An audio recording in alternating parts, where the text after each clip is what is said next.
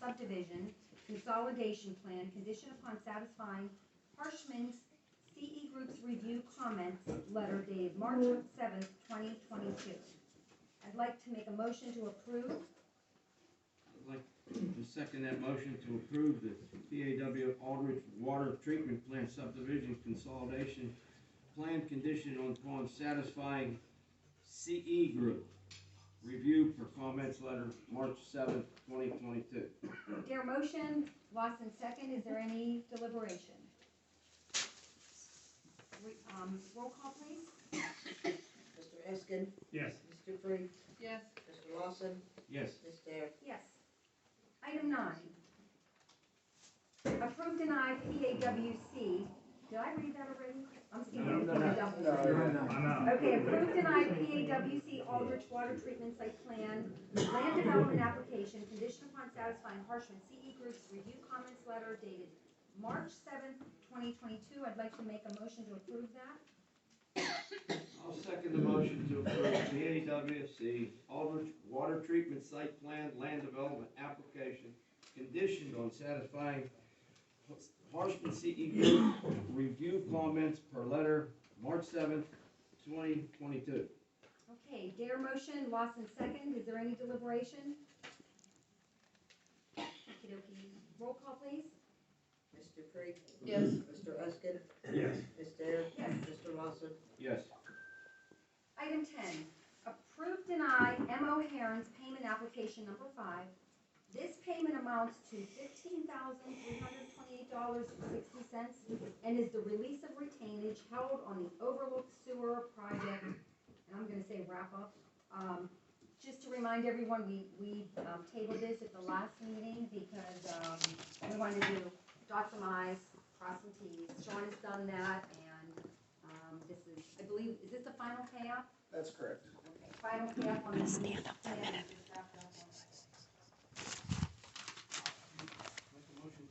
I did. I'll make a motion to approve O'Hara's payment application number 5. It amounts to $15,328.60 and release the retainage. That is the releasing the retainage on the Overlook Sewer Project. I will second that motion for M. O'Hare payment application number 5. Okay, Supervisor Lawson motion, Supervisor Eskin second. Is there any deliberation? Okay, roll call please. Just because we're talking Overlook, just wanted to let everyone know that road crew did attend the training. They said they learned a lot. It was great. Thank you. So I'm on Facebook, great. Okay, roll call please. Mr. Lawson? Yes. Ms. Dare? Yes. Mr. Freak? Yes. Mr. Eskin? Yes.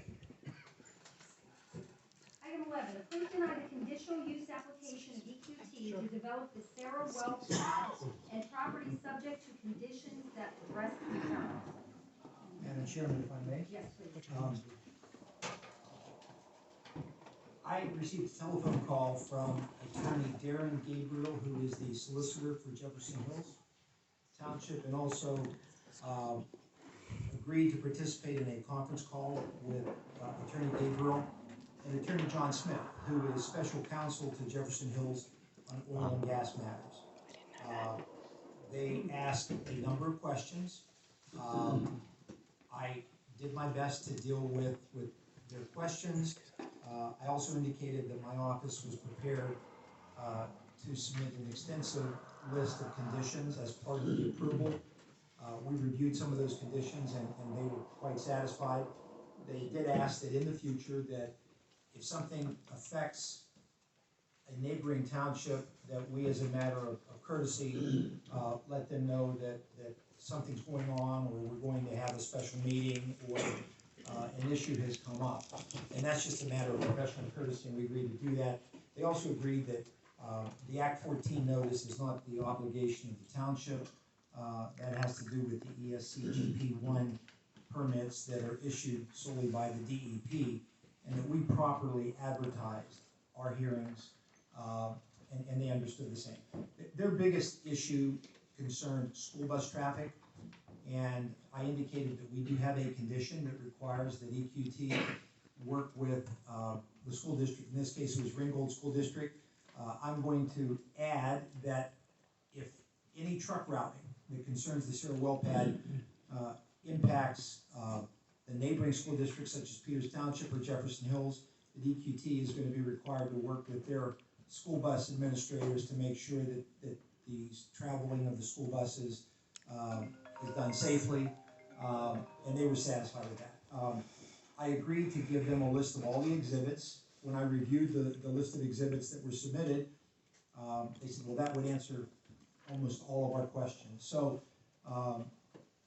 that conference call went well, and as a result of the same, I'm going to make a proposed motion for the board to consider. Now, it's important to understand that oil and gas drilling is a land use under our zoning ordinance. And if an applicant complies with the conditions listed in our ordinance, they're entitled to the conditional use permit. The only issue at that point is, can we add additional conditions that we believe are enforceable or are agreeable to by the applicant? In this case, a review of the record indicates that they have complied with all of the various aspects of our conditional use ordinance, and there was no evidence that indicated they did not comply. So in that respect, they're entitled to a conditional use approval to construct oil and gas activities on the Sarah property. That conditional use approval is subject to the following conditions being added to the motion. And I'm going to read those for the record. Number one, compliance with the Union Township Code, including 280 section 102 subparagraph 40 that defines and regulates oil and gas development, and 280 section 102 subparagraph 42 certified water storage facilities and MLVTs within the township, as well as all other applicable provisions of the township zoning ordinance, including but not limited to performance standards, additional regulations, administration and enforcement, and stormwater management. Number two, confirmation and continuing compliance as determined by Harshman CE Group, LLC, the township engineers, that all applicable standards have been met. Number three, obtain an excavation and grading permit per chapter 135 of the Union Township zoning ordinance, grading in chapter 225, stormwater management as the standard for compliance to excavate the drill pad and site and pay the required township fees. Number four, reimburse township for costs and inspection related to administration and enforcement of this conditional use permit. Number five, execute a developer's agreement related to the repairs, upgrades, and improvements that shall be required to stabilize those portions of the access road that travel over the township's sanitary sewage lines. Number six, install a 100-foot asphalt paved apron at the access point off of Finleyville-Orama Road to the well site to control the mud and the debris that would normally be brought onto the road by trucks that travel onto the site. Number seven, control dust, debris, and other sediment from accruing on any roadways in the township. In the event this becomes a problem, EQT may be required to take additional corrective measures, including but not limited to the installation of tire washing facilities at the well site. Number eight, prevent the impediment of traffic flow on township roadways at all times during operations. This shall include but not be limited to truck traffic during the fracking stages. EQT must provide notice of and receive written approval from the township of any proposed preventative measures. EQT will use a traffic coordinator to provide notice and oversight prior to drilling, fracking, and completion operations. Number nine, provide the township 30 days notice prior to the start of fracking operations. Said notice shall enable the township to notify EQT of any changes that may have occurred in the area since the previous fracking operation. It shall also allow the township to give public notice of fracking and truck traffic activity at township meetings. Number 10, coordinate truck activity with the school bus traffic for the Ringgold School District and, if impacted, adjoining school districts such as Peters Township and Jefferson Hills, so as not to interfere with the transportation of students during school bus hours. A copy of the most up-to-date truck traffic plan and schedule shall be provided to the township every month. Number 11, before any activities begin, post the legal address of the site on the access gate for 911 emergency purposes in accordance with Act 9 of 2012. Said site address to be 4371 Finleyville-Orama Road, Finleyville, PA 15332. Number 12, Provide proper signage for well site traffic, including no Jake brake signs, provided the same is permitted by the Pennsylvania Department of Transportation PennDOT. The township will apply for any necessary signage permits for PennDOT as required. EQT shall pay for any signage and be responsible to reimburse the township for said costs. 13, every 6 months, EQT shall provide an updated written schedule concerning the site operations, including upcoming vertical and horizontal drilling activities and fracking operations. Number 14, multiple water corrals above ground storage tanks, ASTs, shall be permitted at the well site as described in the conditional use application and explained in testimony at the hearing, so that testimony is part of the record. Number 15, fresh water and recycled water shall be permitted at the site in accordance with any state permits. Number 16, any standalone certified water storage facilities, specifically those water corrals, ASTs, or impoundments located on the subject property after the initial scope of drilling and completion operations shall be subject to continued compliance with the applicable provisions of the Township Code. Number 17, prior to the use of the site for standalone certified water storage facilities, an updated site plan must be provided at least 30 days prior to operations beginning. Underneath that, A, site plan shall include the requisite information as to the installation, number of ASTs or related water storage facilities, any parking facilities and or trailers servicing the certified water storage facility, as well as timelines involved. B, EQT must provide an updated access route map along with the necessary bonding and road maintenance agreements if any township roads are proposed to be traveled. C, any ASTs and related facilities that are to be located beyond the site plan scope submitted as part of this original conditional use application may be deemed to be an expansion of the conditional use approval. Number 18, provide the following security. A, erect any and all gates and fencing around the well site as described in the conditional use application and hearing testimony. B, provide 24/7 security personnel during all vertical and horizontal drilling activities and fracking operations. C, provide a gate at the entrance of the access road that should remain locked during non-drilling fracking operations. Number 19, EQT shall provide a copy of the Preparedness, Prevention, and Contingency Plan, it's referred to as the PPC, filed with the DEP and Washington County, as well as provide safety training to all local emergency personnel. This shall include, but not be limited to, the Union Township Public Works Department, all fire departments, police departments, EMS, and ambulance service providers in the township. Proof of service shall be provided to the township prior to drilling operations beginning. Any changes in safety plans must be provided to the township along with written confirmation that said changes have been provided to all local emergency personnel.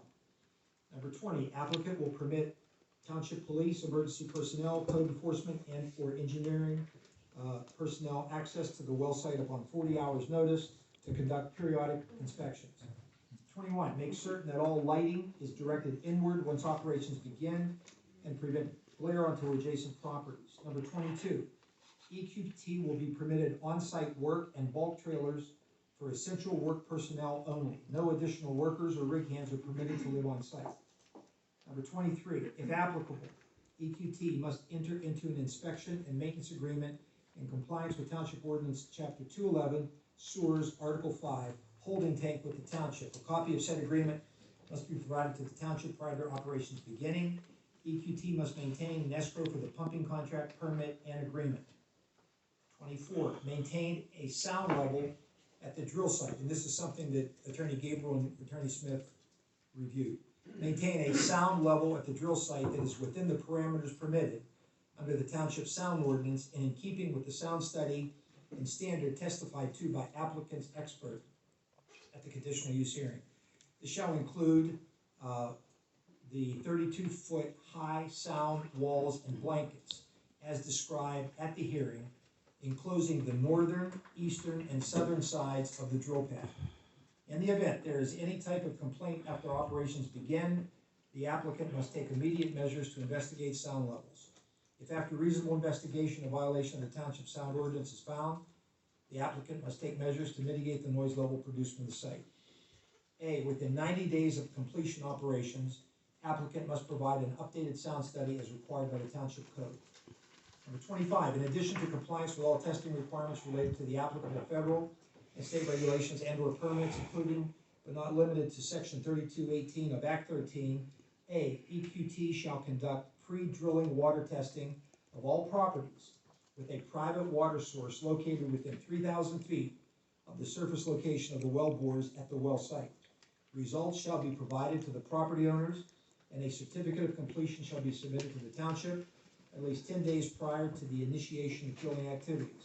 All results and required remedies shall be according to the applicable federal and state regulations. B, EQT will offer water supply testing to all property owners within 3,000 feet of the surface location of the well bores on the well site within 60 days of completion of hydraulic fracturing activities. Physical collection of the water samples will be scheduled with the landowner by EQT's third-party sampling contractor or laboratory at the convenience of the landowner. Sampling results will be provided to any property owners accepting that offer within 90 days of completion of hydraulic fracturing activities.